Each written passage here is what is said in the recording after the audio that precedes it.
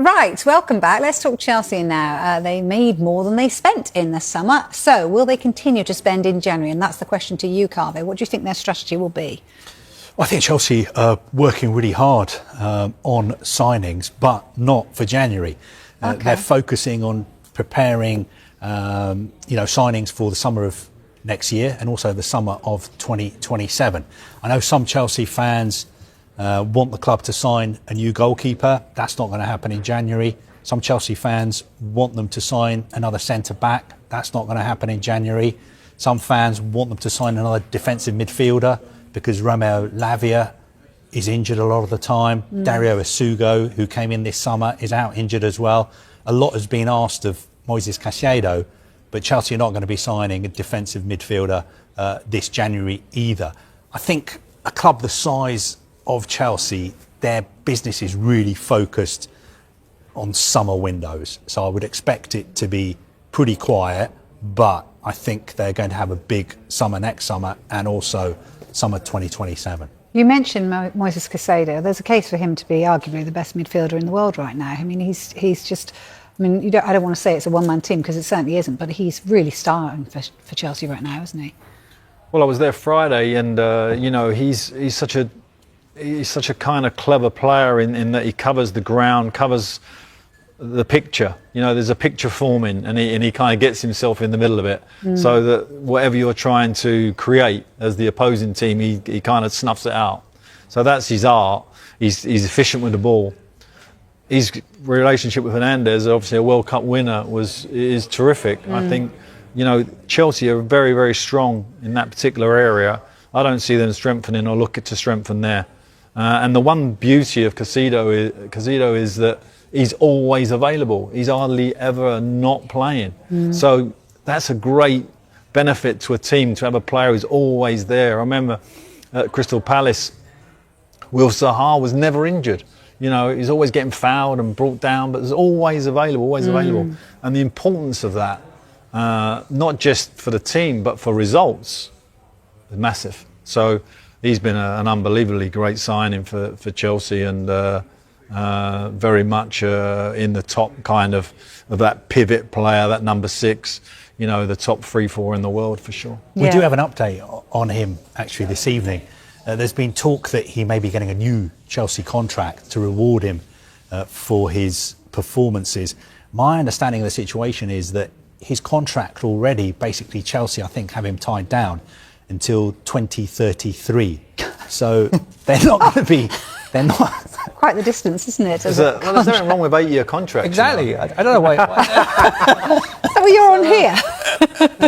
Why are you going on? He got one at... I remember. That sounds short to me. 7 years, wasn't it? He's still getting paid by 8 years. Newcastle. Yeah. Has that run out now? The It's still going. No, it's ongoing.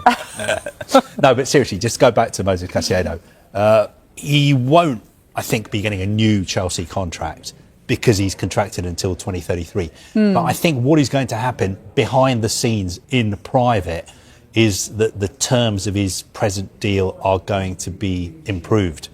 I think... But that's a new contract then? It's not a new contract. It's not extra length. Contract, isn't it? I think it'll be a pay rise. Well, it's an improved contract. But he won't be actually signing a new deal with new terms. It will just be... Just extra money in the bank account. Yeah, we're going to recognise the fact that you've been playing so well, so we're going to give you a pay rise. Isn't that the right way to do it? And we're not going to announce it. It's not going to be done in public. It's something that will be done privately. I don't think that's possible. I think the length of the contract can not change. That's okay. But I think the improved terms... But Chelsea do have these contracts that are sort of heavily incentivised. So the players are actually on relatively low base wages compared to other clubs the size of Chelsea. But if you play well and you perform, then you're rewarded. And I think Chelsea's position is that, of course, he's playing fantastically well and we've got a great relationship with him and his representatives. So, of course, we're going to reward him. But we don't want to have the whole song and dance of announcing that we're going to be giving him a new contract. It might have been in his contract originally that if you... But Palmer signed a new deal, right? Performances, yeah. Palmer signed a new deal. But it's not on the back of a long contract. But the point being that I think the Chelsea model makes sense to me because they're signing a lot of young players, and if you are successful, then we will renegotiate. And I think that's probably the message sent to the training ground. If you want to play like Caicedo, you want to play like Palmer, then you'll get rewarded. Just on Caicedo, very quickly, has it been even more impressive that we're not talking about his transfer fee at all anymore? It seems to be the same case with Declan Rice as well. These two players have performed so well, and yet there was so much talk about £100 million plus that they paid for these players at the time, and we don't hear anything about their transfer fees anymore. If anything, would it be fair to say that both of those players, even though they cost 105 and 115 million pounds respectively, they have actually increased their transfer value now?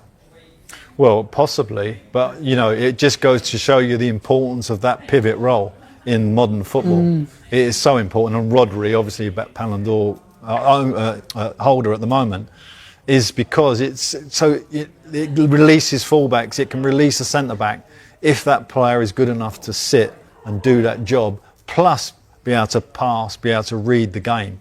And that's why the value of those guys is so important and so much.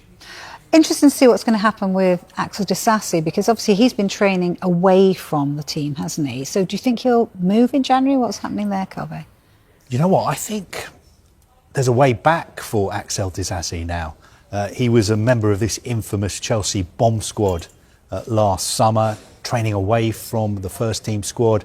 He's been training on his own or training with Raheem Sterling this season. But then on Saturday, he actually captained the Chelsea under-21 side. I think they were playing against Reading.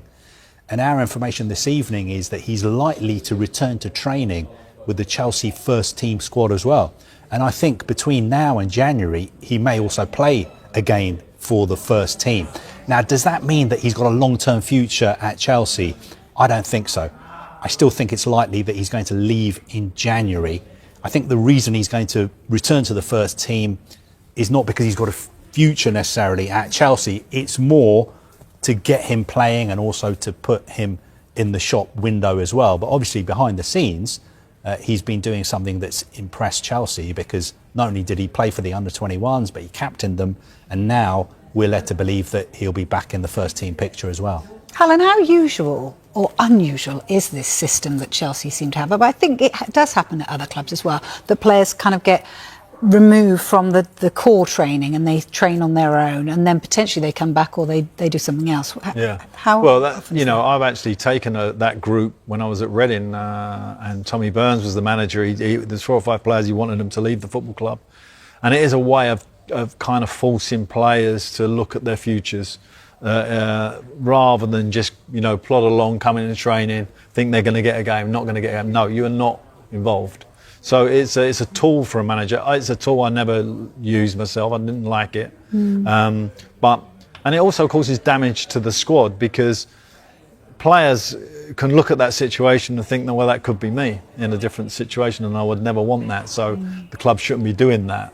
That is mostly their personal opinion. So it's not something that's liked in the dressing room. Very difficult for the players who are in that position, of course. But sometimes these messages are from above. We want this player to move on for whatever reason, and this is the actions we want you to take. So you get under a lot of pressure as a manager to do that kind of thing.